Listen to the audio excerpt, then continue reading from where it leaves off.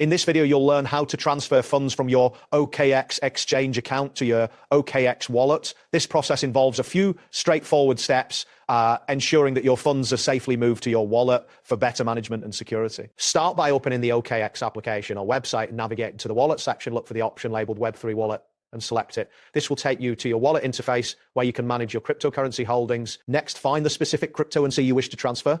Tap on the coin to access more options. Once you're on the coins page, look for the Receive button and tap it. This action will display your wallet address, which is essential for the transfer. After the wallet address is visible, you will need to copy it.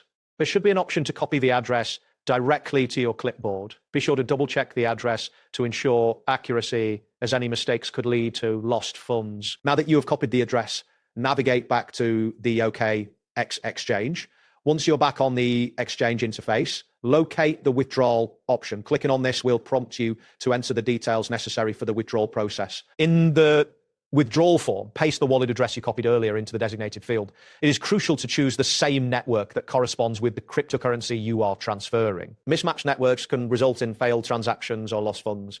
So take a moment to verify this before proceeding. Once you have entered all required information and confirmed that everything is accurate, submit the withdrawal request.